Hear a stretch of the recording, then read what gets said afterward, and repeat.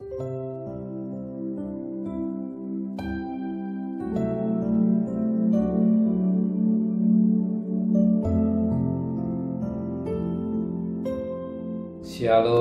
pagi. Mari sama-sama tundukkan kepala, pejamkan mata sejenak. Pagi yang indah yang kau berikan dalam hidup ini, kami adakan mesbah keluarga, mesbah pribadi, dan kami boleh naikkan pujian pada Bapa di surga. Kami rindu untuk dengarkan renungan firman. Roh Kudus mengurapi hamba-Mu, mengurapi kami, sucikan hati dan pikiran kami, sehingga betih firman-Mu jadi berkat buat kami. Dan kami juga boleh naikkan doa syafaat kepada Tuhan. Haleluya. Amin. Shalom, pagi. Mari sama-sama kita akan membaca firman Allah. Matius pasal 28. Matius pasal 28 ayat 11. Matius pasal 28 ayat 11 sampai ayat yang ke-15. Matius pasal 28 ayat 11 sampai ayat 15. Dusta mahkamah agama. Ketika mereka di tengah jalan, datanglah beberapa orang dari penjaga itu ke kota dan beritahukan segala yang terjadi itu kepada imam-imam kepala. Dan sesudah berunding dengan tua-tua, mereka mengambil keputusan lalu memberikan sejumlah besar uang kepada saudara-saudari itu dan berkata, kamu harus mengatakan bahwa murid-muridnya datang malam-malam dan mencurinya ketika kamu sedang tidur. Dan apabila hal itu kedengaran oleh wali negeri, kami akan berbicara dengan dia sehingga kamu tidak beroleh kesulitan apa-apa. Mereka menerima uang itu dan berbuat seperti yang dipinsankan kepada mereka. Dan cerita itu tersiar di antara orang ini sampai sekarang ini.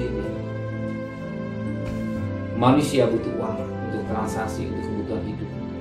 Tapi sering uang menjilat mereka untuk melakukan yang tidak baik. Kita perhatikan sejak zaman Yesus, ketika uang itu bisa mengendalikan seseorang. Sampai detik ini berapa banyak masalah terjadi oleh karena uang. Rumah tangga hancur, negara bisa rusak, pemerintahan bisa rusak karena uang. Karena uang apa? Karena uang tamak akan uang. Betapa hebat tamak akan uang. Sebagaimana apa dikatakan, ya, firman Allah pada ayat 15. Mereka menerima uang itu dan berbuat seperti yang pesan kepada mereka. Dan tidak tersia di antara orang Yahudi sampai sekarang ini. Siapa mereka itu? Prajurit yang menerima uang dan berkata, menceritakan bahwa Yesus mayatnya dicuri oleh murid-muridnya. Kenyataan dan ceritanya beda. Banyak peristiwa yang terjadi berbeda dengan kenyataan. Karena uang, betapa penting kita menjaga hati kita daripada uang, tamak akan uang, cinta uang. Ingat, cinta uang. Karena orang cinta uang, orang memburu, menyimpang imannya. Karena cinta uang, karena cinta uang. Berapa banyak persoalan hidup karena cinta uang. Ya. Betapa penting kita menjaga hati kita. Sebab firman Allah berkata di 1 Timotius 6 ayat 10, karena akar segala kejahatan dia cinta uang. Sebab orang yang memburu uanglah beberapa orang telah menyimpang dari iman.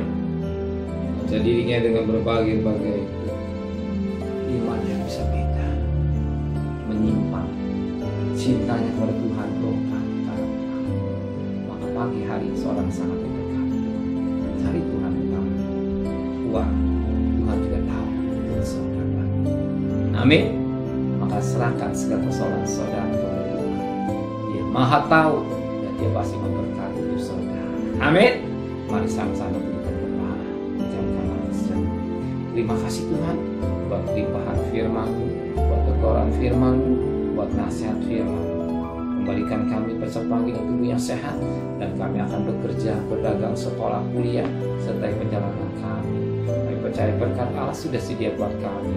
Dan berkati Bapak Presiden, Wakil Presiden, para Menteri, para Gubernur, para Bupati, para Wali Kota, para camat, para lurah, para RW, para RT, para medis, para Polri. Berikan mereka hikmat yang dari surga. Diserahkan dan kekasih. Terimalah berkat nikmat dari Allah Bapa, cinta kasih sayang dari Tuhan Yesus Kristus, dan berkat Roh Kudus menyertai saudara mulai hari ini sampai Maranatha Tuhan.